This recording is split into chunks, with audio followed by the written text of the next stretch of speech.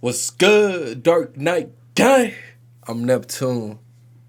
Alright, bro, look, today I'm about to react to a video from Patrick CC. Shout out to the homie. This one right here is titled, Keanu Reeves Refused to Sell His Soul to Hollywood.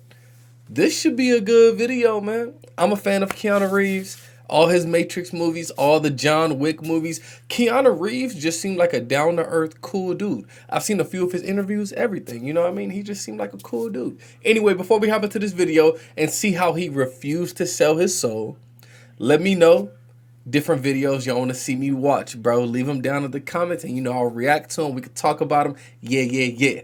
Anyway, I'm ready to watch this video about Keanu Reeves. Shout out to the gang. I hope life is going good. I hope life is going great.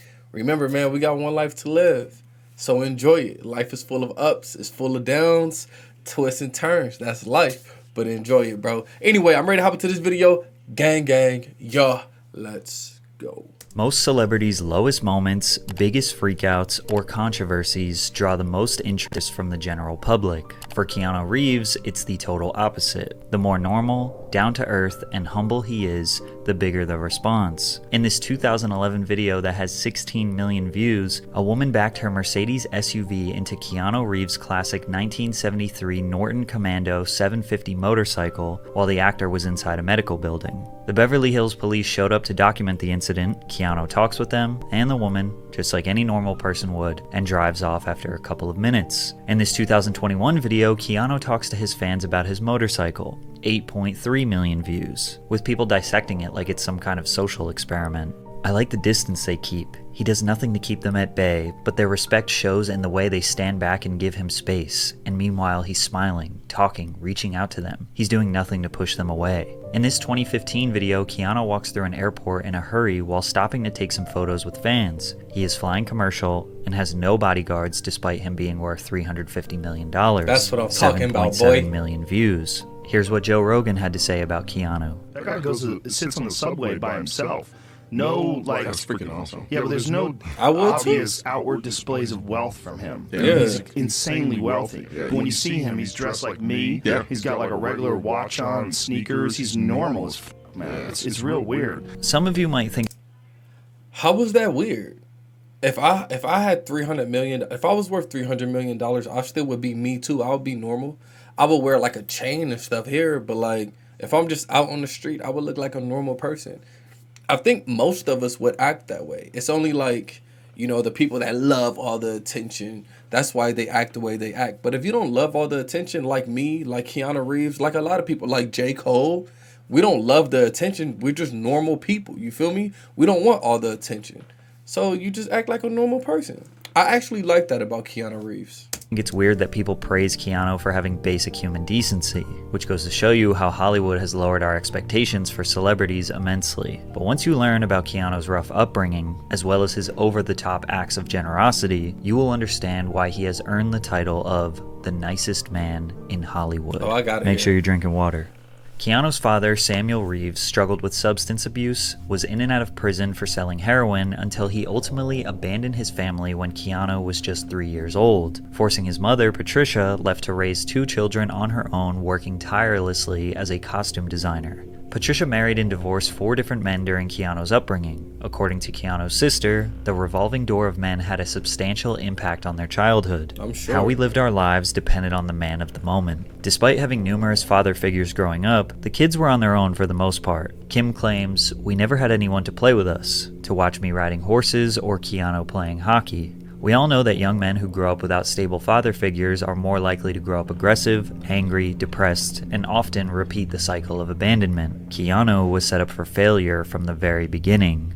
His teachers noticed a vague sadness that loomed above him like a dark cloud. He spent more than 5 years bouncing from one high school to another, including one where he got expelled because he was too rambunctious. Keanu thinks he talked too much and was not generally the most well-oiled machine in the school. I was just getting in their way, I guess. Keanu felt a strong disconnect from others. They made him feel unwelcome, which did not change when he arrived in Hollywood. Reeves' agents told him that his name was too ethnic. Now, this was the mid-1980s, but it still seems like a silly thing to worry about. Yeah, what? And although Keanu was justifiably annoyed about it, he actually took what they said into consideration and tried a different name, calling himself Casey or Casey Reeves. But whenever he had auditions and they called Casey, he wouldn't respond. Most people would not even consider changing their name, let alone actually giving it a shot. Keanu proved early on he was open-minded and easy to work with. He went back to using his real name and it had zero negative impact on his career. What did have an impact on his career were some of the roles he landed early on. The foundation for Hollywood's nice guy was built on him being casted as somewhat of a teen heartthrob.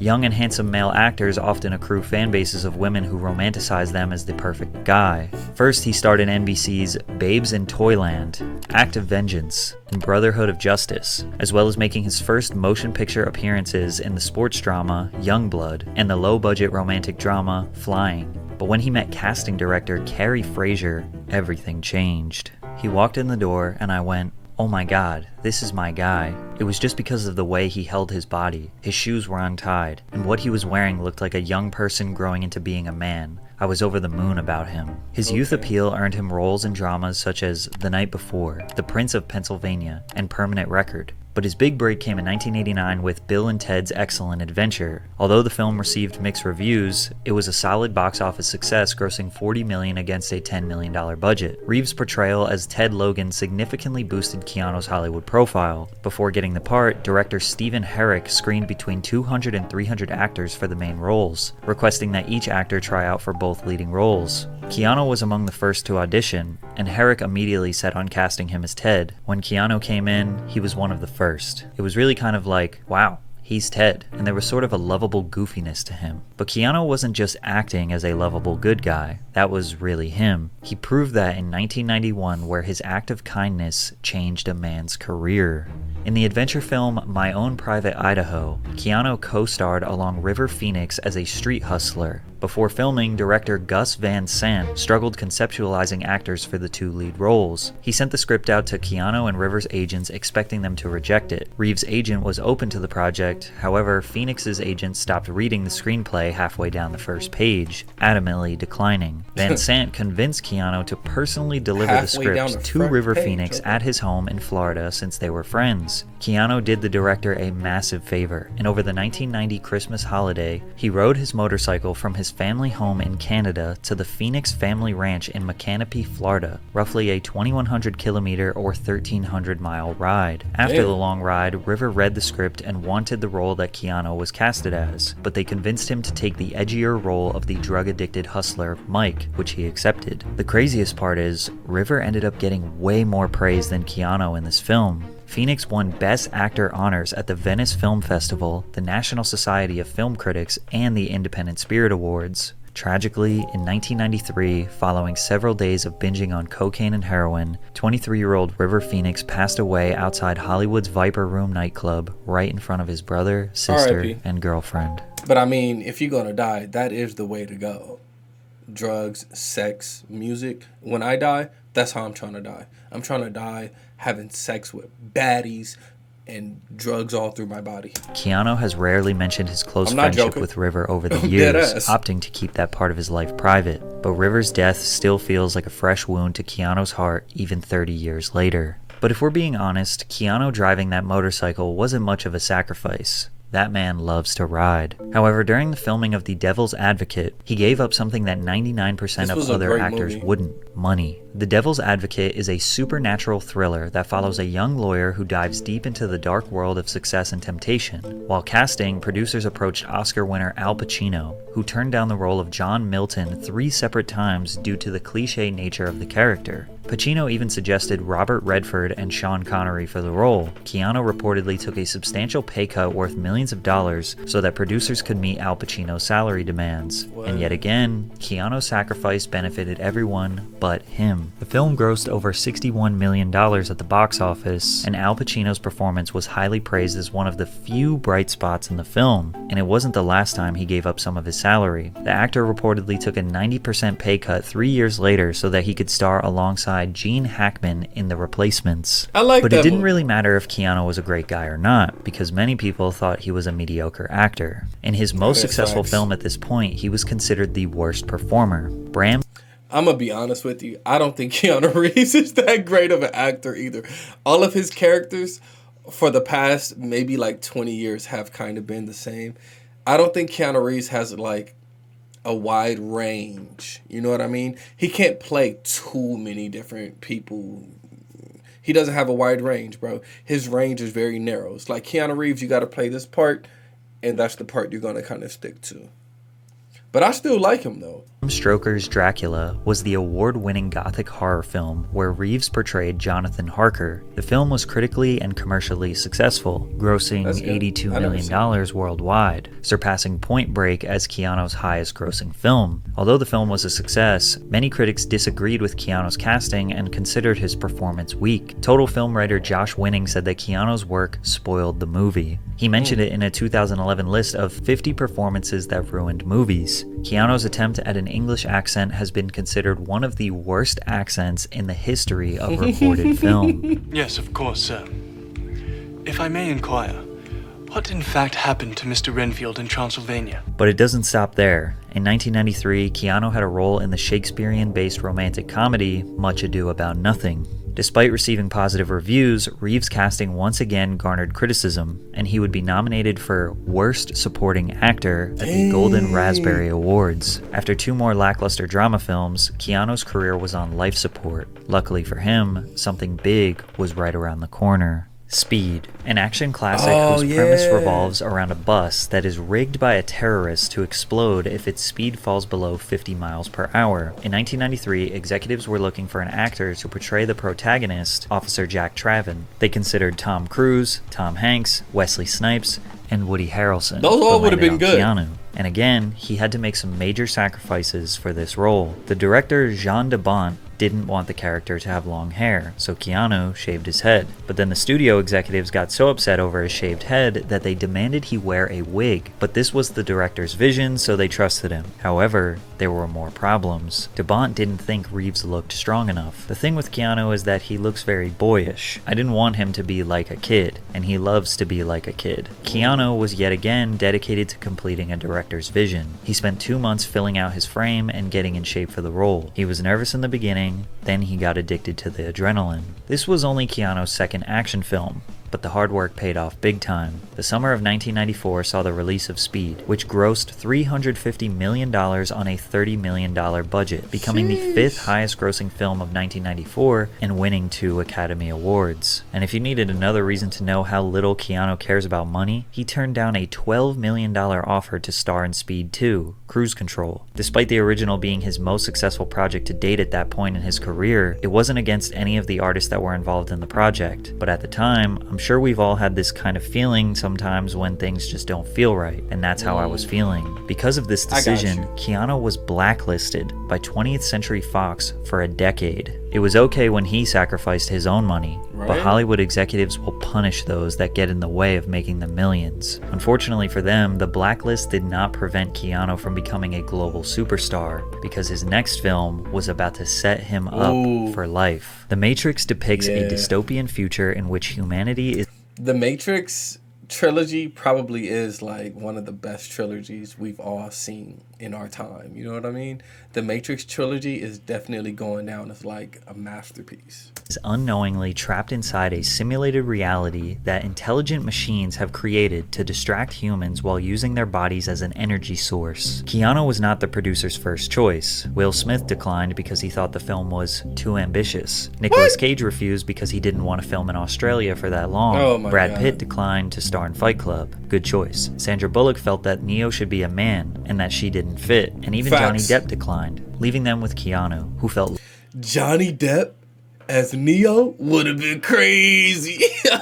Lucky to be considered for this movie. In preparation for the role, Keanu spent several months enduring intense martial arts training, which was intense considering he was fighting a pretty serious injury. He had a bulging disc in his spine, which led to him having a 2-level fusion on his spine before training and getting a plate in his neck. He never told anyone because he wouldn't have been able to do the film, so he trained for The Matrix in a neck brace. Upon release, The Matrix opened to widespread acclaim from critics who praised its innovative visual effects, action sequences, cinematography, and entertainment value. It was a massive success at the box office, grossing over $460 million on a $63 million budget, becoming the highest grossing Warner Bros. Film of 1999 and the 4th highest grossing film of that year. Keanu reportedly made $14 million for his role before scoring an extra $49 million after the film because of the box office success. The Matrix is a classic, and although Keanu was a successful actor before, he had officially secured legendary status with this film. As if his father's abandonment and losing his best friend wasn't enough pain inflicted on Keanu, he was about to face another tragedy immediately at the highest point in his life. Keanu and his girlfriend Jennifer Syme were expecting the birth of their first child. The baby was stillborn 8 months into Jennifer's pregnancy, which they found out on Christmas Eve in 1999. Suffering from postnatal depression and the grief of losing their child, the relationship didn't last as Keanu and Jennifer eventually split. They remained good friends and were on the verge of getting back together until Jennifer died in a tragic car accident in 2001, just one day after she'd met with Keanu. And even with this unfathomable amount of tragedy, Keanu remains strong and uses his grief as motivation to give to others, because shortly after this, Keanu started a cancer foundation. In 2009, Reeves revealed that he has a private foundation that's been running for 5 or 6 years, and it helps aid a couple of children's hospitals and cancer research. I don't like to attach my name to it, I just let the foundation do what it does. Where most celebrities try to indulge in their own moral grandstanding and pretentiousness when they do a good deed, Keanu kept it private for as long as possible, but his generosity doesn't stop there. During production of the sequel, The Matrix Reloaded, Keanu filmed a scene where his character Neo was involved in a battle fighting a bunch of clones of Agent Smith. The scene involved a dozen stuntmen who all acted as different Smiths in the scene. To thank them for their hard work, Keanu generously gave each member of the film's stunt team a brand new Harley-Davidson motorbike. This wasn't the only time he ever gave gifts to cast members. Reeves gave his John Wick Chapter 4 stunt team personalized Rolex Submariner watches to thank them for their hard work. The watches were worth $10,000 each. He also took care of the Matrix Resurrection stunt team, booking them an all-expenses-paid trip to the premiere. As a token of his appreciation, Reeves took care of the private jet travel and hotel accommodations, premiere tickets, and even organized a special post-premiere brunch for invitees, among other gifts. It was reported by multiple news outlets that Keanu donated $31.5 million, or 70% of his Matrix money, to cancer research. However, the story is not true. Keanu Reeves did not donate 70% of his salary to charity, his publicist confirmed. The internet immediately ran with this narrative because anytime they can get an excuse to praise Keanu for his generosity, they will take it. And after all, it does seem like something he would do. Ironically, the gesture that got him the most praise and attention was by far the most simple and normal. In 2011, this video of Keanu on the New York City subway went viral. After noticing a woman carrying a hefty bag, he pointed to his seat and asked if she wanted to sit down. The woman accepted the offer, at which point Keanu got up to let her take the seat he was occupying. The video has more than 42 million views. Just the idea of him riding the subway instead of some limousine or having a personalized driver made people relate to the icon, watching this video, let alone giving up his seat. Many photos of him with women went viral that point out his no touching policy. He was being coined a respectful king because he refuses to rest his hand on women while taking photos with them, and he rather just floats it a few inches away from their back. Most celebrities' dark side or controversies drive the most engagement. For Keanu, it's the total opposite. Viral Keanu news is him giving to homeless people, or spending time with them on the street, playing with homeless people, showing a plush toy around China, or dropping genuine wisdom on us. This is nothing even crazy. What do you think happens when we die, Keanu Reeves? This is just normal, good human behavior. This is not even like over the top great behavior. This is normal, good human behavior. Oh, he gave money to a homeless person. We all do that. Oh, he gave his seat up to a woman carrying a bag. Who doesn't do that? Oh my God.